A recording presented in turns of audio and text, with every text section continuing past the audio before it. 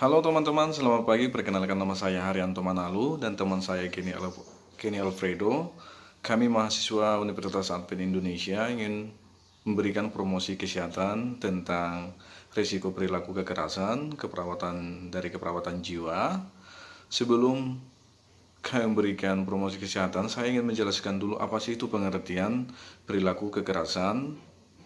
Yang dimaksud dengan perilaku kekerasan ini menurut Jenny Purba 2008, perilaku kekerasan adalah tingkah laku individu yang ditunjukkan untuk melukai atau mencelakakan individu lain yang tidak menginginkan datangnya tingkah laku tersebut.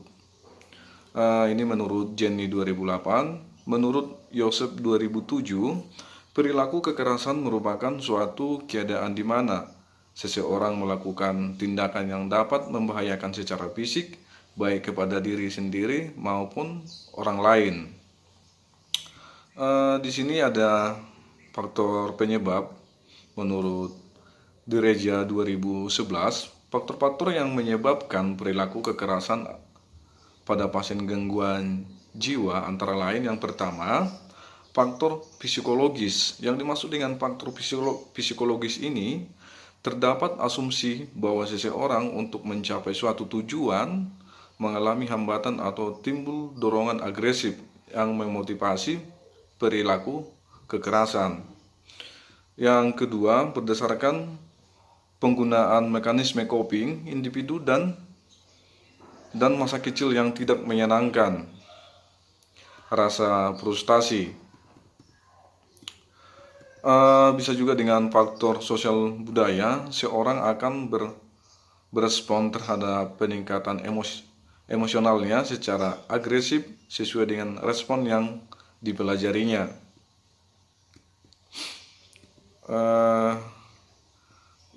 Faktor yang kedua, faktor presipitisasi. Secara umum, seorang akan marah jika dirinya merasa terancam, baik berupa injuri secara fisik maupun psikis atau ancaman konsep diri. Yang menjadi faktor manifestasi klinisnya menurut Direja 2011, tanda dan gejala yang terjadi pada perilaku kekerasan terdiri dari yang pertama, secara fisik, mata melotot, pandangan tajam, tangan mengepal, rahang mengatup, wajah memerah dan tegang, serta postur tubuh kaku. Yang kedua, verbal. Yang dimaksud dengan verbal di sini mengancam, mengumpat, dan kata-kata kotor, mengucapkan kata-kata kotor, berbicara, dan nada keras, kasar atau kutus.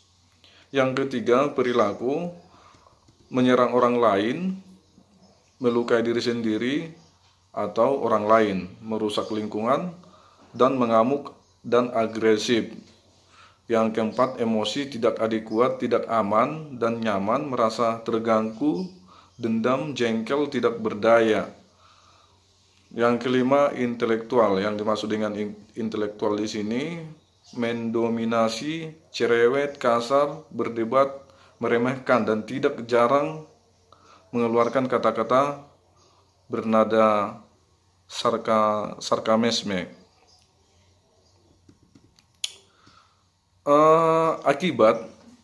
Akibatnya di sini, kelalaian dengan perilaku kekerasan dapat menyebabkan risiko tinggi mencederai diri, orang lain, dan lingkungan. Risiko mencederai merupakan suatu tindakan yang kemungkinan dapat melukai atau membahayakan diri, baik orang lain dan lingkungan.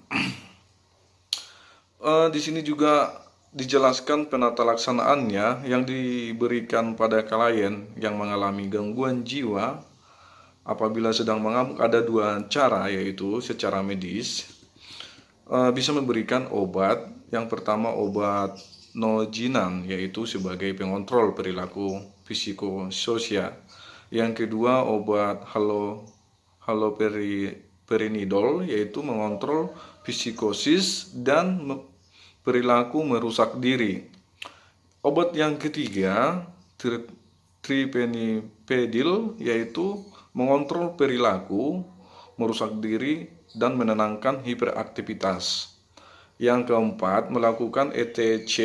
Yang dimaksud dengan ETC yaitu menyenangkan klien bila mengarah pada keadaan mengamuk secara fisik. Untuk penata laksanaan keperawatan, yang pertama melakukan psikoterapeutik, yang kedua lingkungan terapeutik, yang ketiga kegiatan hidup sehari-hari atau ADL, yang keempat pendidikan kesehatan. Di sini juga teman-teman ada untuk pohon masalah. Yang menjadi pohon masalah dari risiko tinggi mencederai orang lain dan lingkungan, mulai dari berduka disfungsional, harga diri rendah, kronis, bisa menjadi isolasi sosial menarik diri, merangkap ke halusinasi, dan perilaku kekerasan. Untuk asuhan keperawatannya mungkin melakukan pengkajian secara teori. Menurut Kaliet 2014, data perilaku kekerasan dapat diperoleh melalui observasi atau wawancara tentang perilaku sebagaimana yang saya jelaskan sebagai berikut. Yang pertama, muka merah dan tegang, pandangan tajam, mengarupkan rahang dengan kuat. Oke teman-teman, inilah yang menjadi penjelasan sedikit dari saya mengenai resiko perilaku kekerasan ini. Video ini akan dilanjut oleh teman saya, Kenny Alfredo. Saya ucapkan terima kasih. Selamat pagi bagi kita semua. Tadi kan udah dijelasin sama teman saya, Bang Haryanto. Oh ya, nama saya Kenny Alfredo. Saya lupa pengenalannya. Nama saya Kenny Alfredo. Nah, tadi kan Bang Haryanto tadi udah menjelaskan banyak banget ya. Saya mau melanjutkannya aja nih. Nah, tadi Bang Haryanto habis membahas bagaimana pengkajian di dalam asuhan keperawatan. Nah, kalau sekarang saya membahas setelah di asuhan keperawatan tapi dalam daftar masalahnya. Daftar masalah dalam risiko perilaku kekerasan ini bisa menjadi perilaku kekerasan, bisa risiko mencederai diri sendiri, bisa menjadi isolasi sosial, bisa menjadi harga diri rendah kronis, bisa menjadi berduka disfungsional, bisa menjadi coping keluarga inefektif, dan masih ada lagi sebenarnya. Lalu rencana tindakan keperawatannya, jadi menurut Fitria 2010, rencana tindakan keperawatan yang digunakan untuk resiko perilaku kekerasan ini, itu yang pertama kita harus menetapkan tujuannya. Nah, tujuannya ini di sini klien dapat mengidentifikasi penyebab perilaku kekerasan. Lalu klien dapat mengidentifikasi tanda-tanda perilaku kekerasan.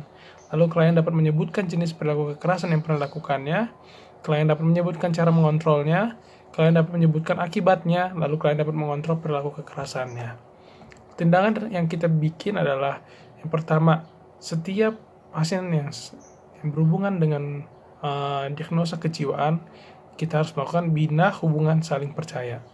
Dalam bina hubungan ini, pasien akan menjadi aman dan nyaman saat berinteraksi dengan kita dalam memberikan asuhan keperawatan untuk kesembuhannya. Nah, kita harus selalu mengucapkan salam terapeutik. Lalu kalau boleh dengan kontak fisik dengan berjabat tangan. Lalu menjelaskan tujuan kita, lalu membuat kontrak waktunya, kapan kita mulai, kapan kita berakhir, ataupun kapan lagi besok kita akan melakukannya.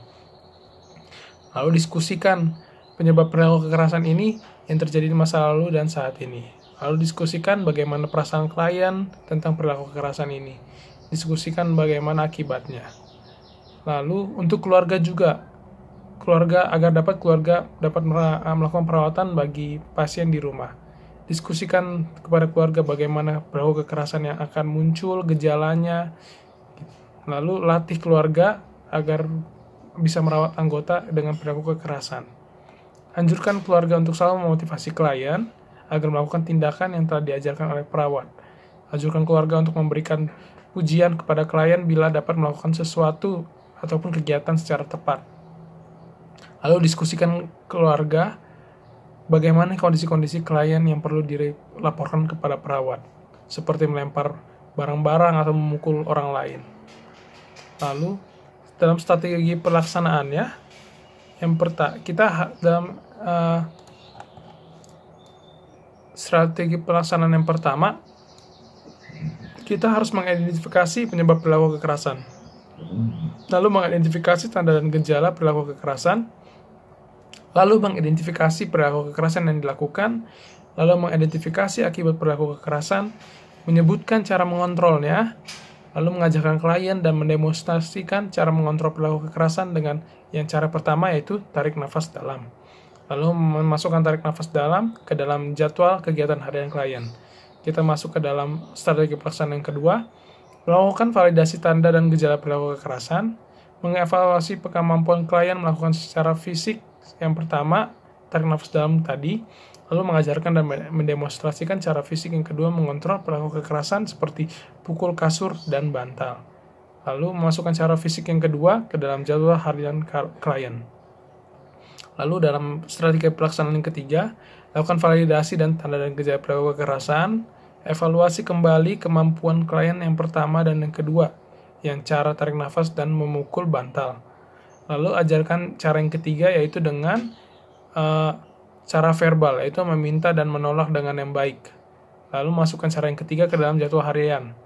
Masuk lagi ke dalam strategi pelaksanaan yang keempat, melakukan validasi tanda dan gejala kembali, lalu evaluasilah cara fisik yang pertama, 2 dan 3 tadi, yang tarik nafas, pukul ke dalam bantal, dan cara verbal. Lalu masuk yang keempat, yaitu dengan spiritual. Lalu masukkan cara yang keempat itu ke dalam jadwal harian klien. Lalu melakukan validasi tanda dan gejala perilaku kekerasan kembali yang tadi.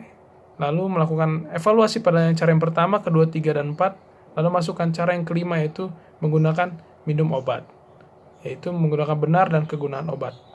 Jadi harus dimasukkan ke dalam jadwal klien yang cara yang kelima.